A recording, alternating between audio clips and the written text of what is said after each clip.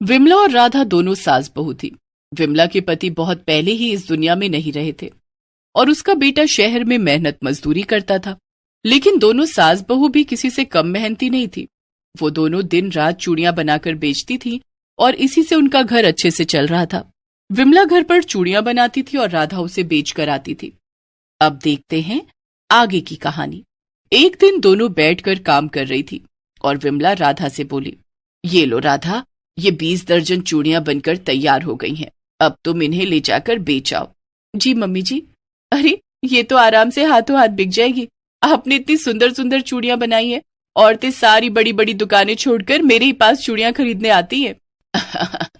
हाँ हाँ राधा, वो तो है, लेकिन तुम लोगों को चूड़ियां बेचती भी तो इतने अच्छे से हो ना कि लोग तुम्हारे ही पास आते हैं। अरे बेचने वाले का व्यवहार भी बहुत मायने रखता है बहू, तभी तो उसके ग्राहक बढ़ते हैं। विमला और राधा एक दूसरे के साथ बड़े ही प्यार से काम करती थी।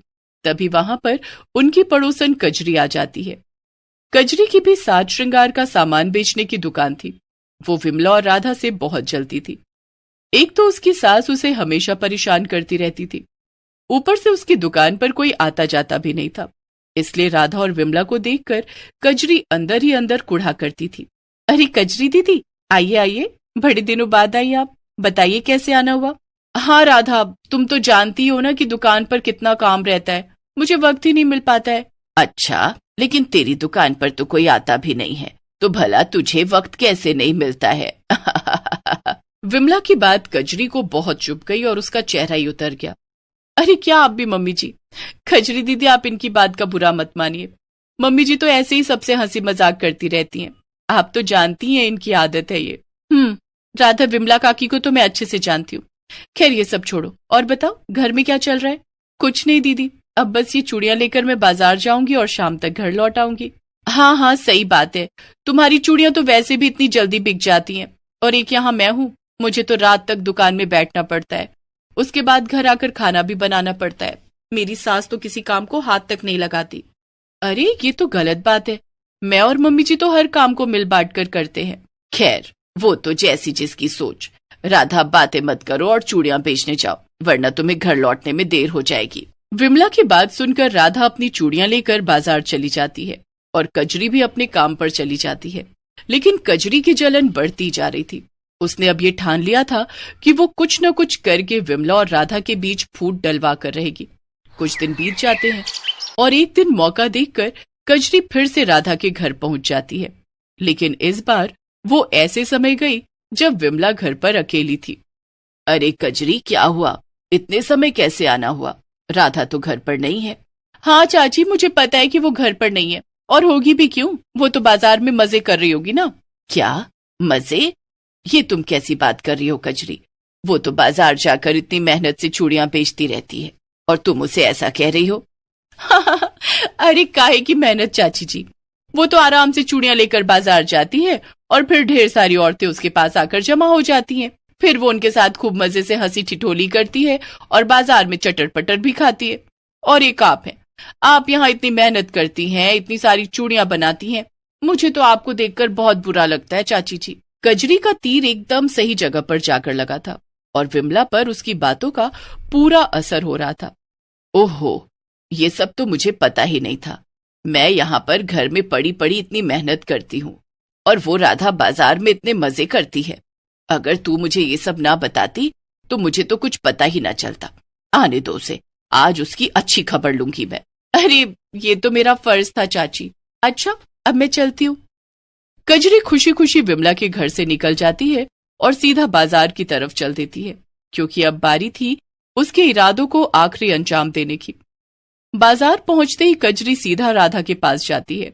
कजरी को वहां देखकर राधा उससे कहती है, अरे कजरी दीदी, आप यहाँ चूड़ियां लेने आई हैं क्या? हाँ राधा, जरा मुझे लाल रंग की चूड़ियां दे दो। हाँ हाँ अभी लीजिए। अरे अरे राधा, धूप कितनी तेज है ना आज। हाँ दीदी, ये तो एकदम सच कहा आपने।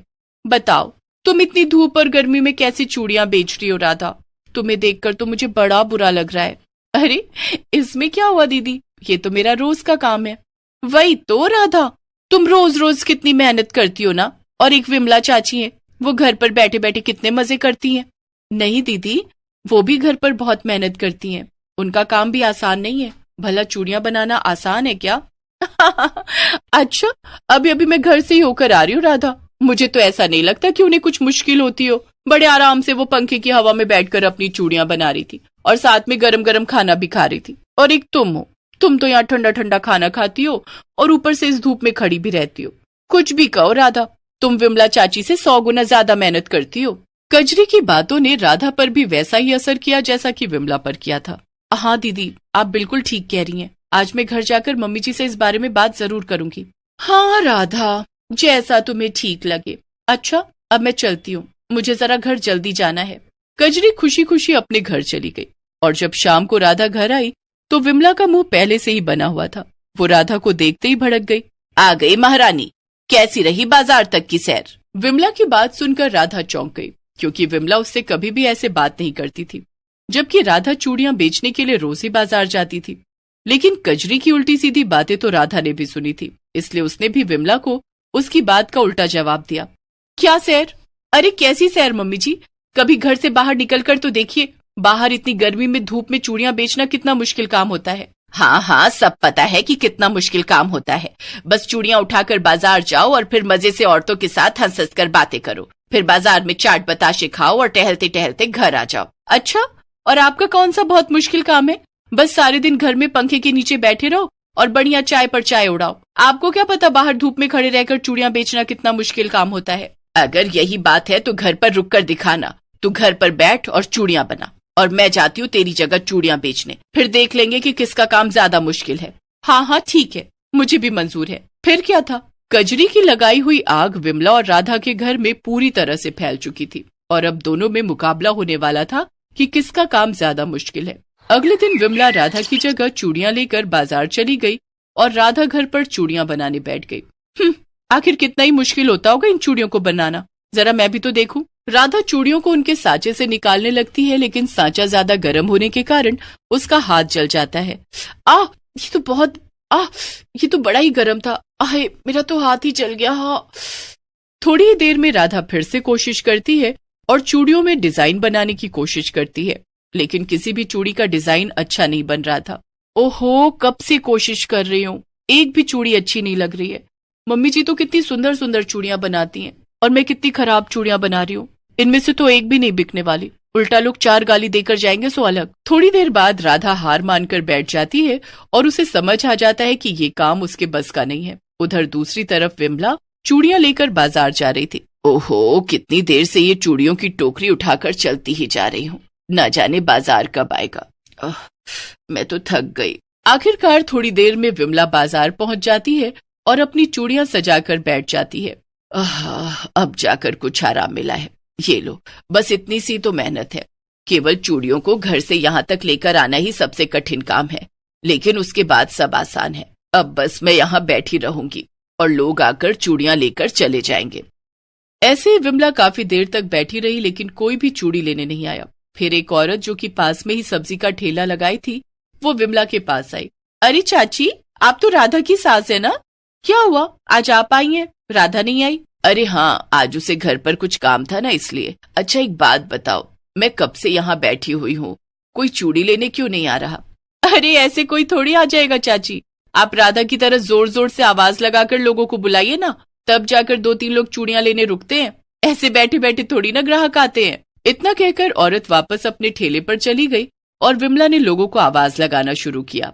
चूड़ी ले लो, चूड़ी ले लो, हरी हरी लाल लाल चूड़ी ले लो। चिल्लाते चिल्लाते विमला बहुत थक गई और बैठ गई। ओह, ये काम तो बहुत मुश्किल है। मेरा तो गला दर्द हो गया है। गला ही नहीं, मेरी तो कमर भी एकदम अकड़ गई है। मैंने गलत समझा था कि राधा का काम आसान है। ये काम तो बहुत मुश्किल है। मैं घर जाकर उससे माफी मांग लूंगी और उसे उसका काम वापस सौंप दूंगी। फिर शाम हो गई और विमला वापस घर आ गई। उसकी थकी हुई हालत देखकर राधा पानी लेकर भागी भागी आई। अरे आप तो कितना थक गई हैं मम्मी जी, ये लीजिए पानी पी लीजिए। क्या बताऊं राधा, आज तो मेरी हालत ही खराब हो गई। अरे ये क्या, तुम्हारा हाथ कैसे जल गया? मैं चूड़ियां बनाने की कोशिश कर रही थी लेकिन मुझसे एक भी चूड़ी ढंग से नहीं बनी। ऊपर से मेरा हाथ भी जल गया। ये काम मेरे बस का नहीं है, आप ही इसे अच्छे से कर पाती हैं। और मुझसे भी चूड़ियां बेचने का काम नहीं हो पाएगा। मैंने गलत समझा था कि वो काम आसान है। तो फिर अब क्या, कल से वापस अपने अपने काम पर लगेंगे, क्योंकि जिसका काम उसी को साजे और दूजा करे तो डंडा बाजे। फिर बिमला और राधा अपनी ही बात पर हंसने लगी और दोनों के बीच की अनबन सुलझ गई। अगले दिन से दोनों अपने अपने काम पर लग गई और कजरी ये नजारा देखती रह गई। उसे समझ ही नहीं आया कि उसका वार खाली कैसे चला गया।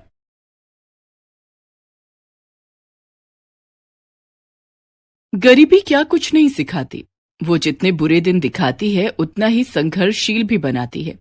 ऐसी ही कहानी है गरीब कौशल्या की, जिसने गरीब और अनाथ लड़कियों को न सिर्फ अपने घर में रखा बल्कि उनकी परवरिश भी की। खुद गरीब होते हुए भी कौशल्या ने ये सब कैसे किया, चलिए देखते हैं। सारण नगर गांव में बूढ़ी कौशल्या का घर था। गांव के सभी लोग उसे कोशी अम्मा कहकर बुलाते थे। कौशल्या के पति का बहुत पहले ही देहांत हो चुका था। कौशल्या की अपनी कोई संतान नहीं थी, लेकिन ऐसा नहीं था कि कौशल्या अकेली रहती थी। कौशल्या के साथ उसकी छोटी सी झोपड़ी में 12 लड़कियां रहती थीं। वे सभी लड़कियां गरीब और अनाथ थीं, जिनका इस दुनिया में कोई नहीं था, या कोई था भी तो लड़की होने के कारण उन्हें अपनाना नहीं चाहता था। कोशी अम्मा की झोपड़ी में हर गरीब लड़की का स्वागत था। कोशी अम्मा जिस लड़की को भी गरीब और अनाथ देखती, उसे अपने साथ घर ले आती। एक दिन गांव में एक छोटी सी लड़की दूसरे गांव से भटक कर आ गई। कोशी अम्मा ने उसे रोते हुए देख लिया। कोशी अम्मा उस लड़की के पास गईं और बोली, बेटा, तुम कौन हो और तुम रो क्यों रही हो? तुम्हारे माता पिता कहाँ हैं? चलो, मैं तुम्हें तुम्हारे घर पहुंचा दूं। लड़की रोते हुए बोली, मैं दूसरे गांव से आई हूँ। मेरे माता पिता इस दुनिया में नहीं है। चाचा चाची के घर पर रहती थी, लेकिन चाची के जुल्मों से तंग आकर मैं वहां से भाग कर आई हूँ। अब मुझे वहां कभी नहीं जाना। कोई बात नहीं बेटा, तुम रोना बंद करो। इतनी प्यारी सी गुड़िया रोते हुए अच्छी नहीं लगती। तुम मेरे साथ मेरे घर चलो। और कौशल्या उस लड़की को अपने घर ले आई। रास्ते में गांव के लोगों ने कौशल्या को उस लड़की के साथ देख लिया और आपस में बातें करने लगे। कौशी अम्मा, एक लड़की और ले आई। इसे मिलाकर इनकी झोपड़ी में 13 लड़कियां हो गई हैं। उस छोटी सी झोपड़ी में सब कैसे रहती होंगी? अरे भाई, कोशी अम्मा का सिर्फ घर ही छोटा है, लेकिन उनका दिल बहुत बड़ा है। गरीब और अनाथ लड़कियों के लिए इन्होंने जो किया है वो बहुत बड़ी बात है, वरना आज के जमाने में कोई किसी के लिए कुछ नहीं करता। सही कह रहे हो भाई, हमें भी कोशी अम्मा के इस नेक काम में उनकी मदद करनी चाहिए। ग्रामीण कौशल्या को अपने हिसाब से मदद करते। कोई कुछ खाने के लिए दे देता तो कोई कुछ कपड़े दे देता, लेकिन इन सब से कौशल्या और उन लड़कियों का गुजारा मुश्किल से ही हो पाता था। कौशल्या गरीब जरूर थी, लेकिन वो उन लड़कियों को अपनी बेटी की तरह मानती थी और उन्हें बेटियों सा प्यार करती थी। बच्चों, उठ जाओ तुम सब, सुबह हो गई है। ज्यादा देर तक सोना अच्छी बात नहीं है। नहा धो लो और पढ़ने चले जाओ। सोने दो ना अम्मा, बहुत नींद आ रही है। मीता बेटी, सोती रहेगी तो पढ़ाई कब करेगी? जीवन में आगे बढ़ने के लिए पढ़ाई लिखाई बहुत जरूरी है। चल उठ जा। गांव में एक पाठशाला थी जहां कोशी अम्मा की सभी बेटियां पढ़ती थीं। उनके पास पढ़ाई की फीस देने के लिए पैसे नहीं थे। वो बदले में पाठशाला की साफ सफाई और दूसरे काम कर दिया करती थी।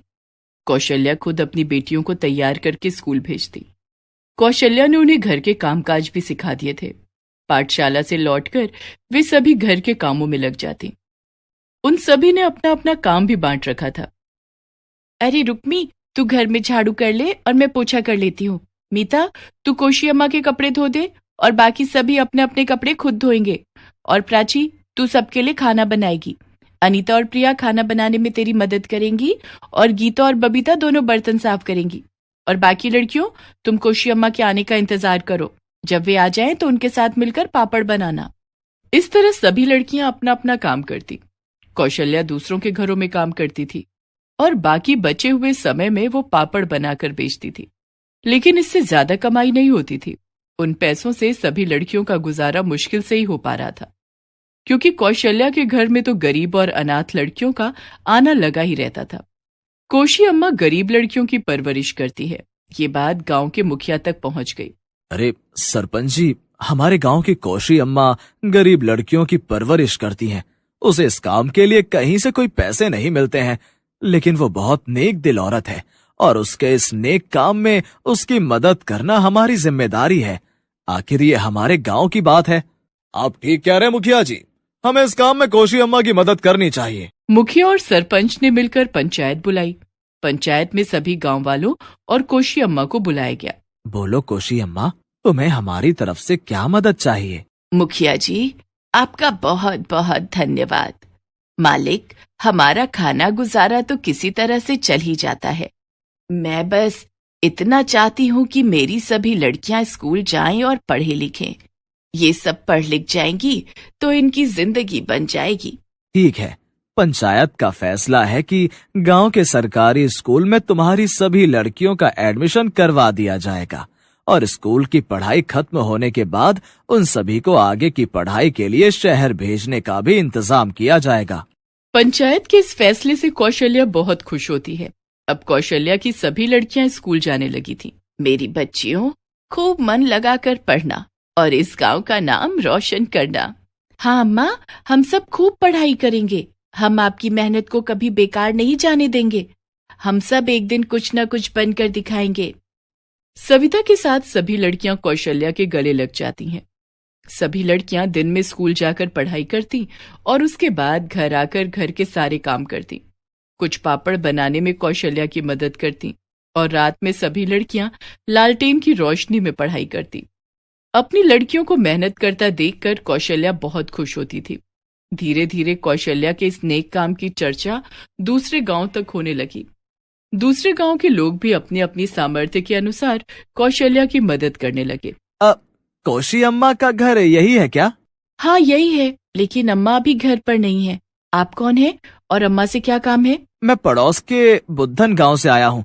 मैंने सुना है कि कोशी अम्मा ने बहुत सारी गरीब लड़कियों को सहारा दिया है, तो मैं उनके लिए छोटी सी मदद करना चाहता हूँ। मैं अपने खेत से 1 बोरी गेहूं लाया हूँ। ये मेरी तरफ से छोटी सी भेंट है। आपका बहुत बहुत धन्यवाद। इसी तरह से मैं हर महीने 1 बोरी अनाज लाकर दूंगा। जी ठीक है, मैं अम्मा को बता दूंगी। इसी तरह से दूर दूर से लोग कौशल्या काकी की मदद करने आते। कोई अपने खेत में उगाई हुई ताजी सब्जियां लेकर आता तो कोई दूध लेकर। कोशी अम्मा के घर में अब खाने पीने की कोई दिक्कत नहीं थी। मेरी लड़कियों, खूब भरपेट खाओ और मन लगाकर पढ़ो।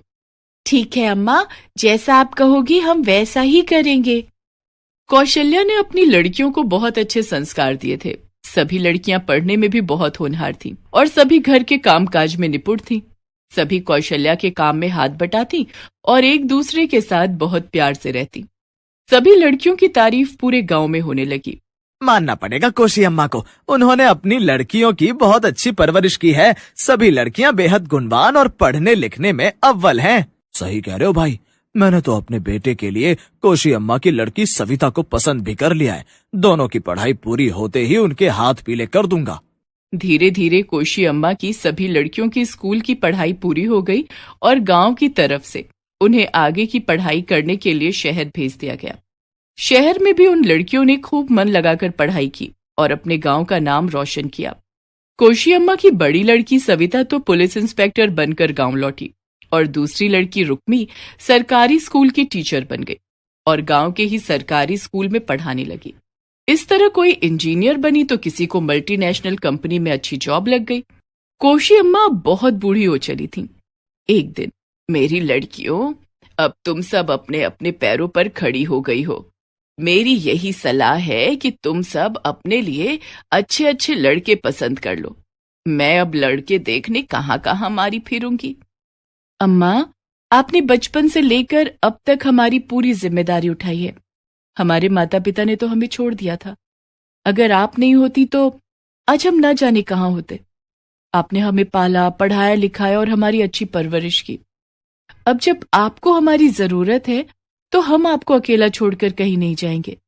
जिस तरह से आपने हमारी हर जरूरतों को पूरा किया है, उसी तरह से अब हमारा फर्ज है कि हम आपकी सभी जरूरतों को पूरा करें। हमें शादी नहीं करनी है, हम सब आपके साथ रहना चाहते हैं। बाकी लड़कियां भी सविता की बातों में हामी भरती हैं। और कोशी अम्मा, अब आपको इस झोपड़ी में रहने की जरूरत नहीं है। हम सभी लड़कियां मिलकर एक घर बनवाएंगे और हम सब उस घर में एक साथ रहेंगे। हाँ हाँ, हम सब एक साथ रहेंगे। और हुआ भी ऐसा ही। सभी लड़कियों ने मिलकर गांव में एक बड़ा सा घर बनवाया और कोशी अम्मा के साथ उस घर में रहने लगी। कोशी अम्मा के घर में आज भी कोई गरीब और मजदूर लड़की आती तो उसे वहां आश्रय जरूर दिया जाता। धीरे धीरे कोशी अम्मा के इस नेक काम की चर्चा शहरों तक होने लगी और अखबारों में छपने लगी कि किस तरह से एक गरीब महिला ने कई सारी गरीब लड़कियों को सहारा दिया। ये बात अब सरकार के कानों तक पहुंच गई थी। एक दिन कोशी अम्मा के घर पर एक डाकिया आया। अरे कौशल्या कौन है? मैं ही हूँ। क्या बात है डाकिया बाबू? अम्मा, आपके नाम की चिट्ठी आई है। मेरे नाम की चिट्ठी? मुझे कौन चिट्ठी लिखने लगा भला? कोशी अम्मा डाकिया से वो चिट्ठी ले लेती हैं। अरे प्राची, जरा ये चिट्ठी पढ़ना तो बेटी, न जाने कहाँ से आई है। प्राची ने लिफाफा खोला और चिट्ठी पढ़ने लगी और खुशी से कोशी अम्मा के गले से लग गई। अरे क्या बात है, कुछ बताएगी किसकी चिट्ठी है? अम्मा, सरकार ने तुम्हारे काम की बहुत तारीफ सुनी है और इस काम के लिए तुम्हें सम्मान भी देगी। इस साल 15 अगस्त के दिन खुद राष्ट्रपति जी तुम्हें पद्म विभूषण से सम्मानित करेंगे। अब दिल्ली चलने की तैयारी करो। इस बात की चर्चा पूरे गांव में फैल गई। मुखिया जी खुद कोशी अम्मा के घर आए। अरे मुखिया जी, आप मुझे बुला लिया होता। कोशी अम्मा, तुमने और तुम्हारी लड़कियों ने हमारे गांव का नाम रोशन कर दिया, हमारा सर गर्व से ऊंचा कर दिया। तुम्हारे जैसी देवी के दर्शन के लिए हमें ही आना था ना। कुछ दिनों के बाद कोशी अम्मा को सरकार की तरफ से पद्म विभूषण सम्मान दिया गया। सम्मान पाकर लौटी कोशी अम्मा का गांव वालों ने बैंड बाजे और मिठाइयों से स्वागत किया। Please subscribe this channel.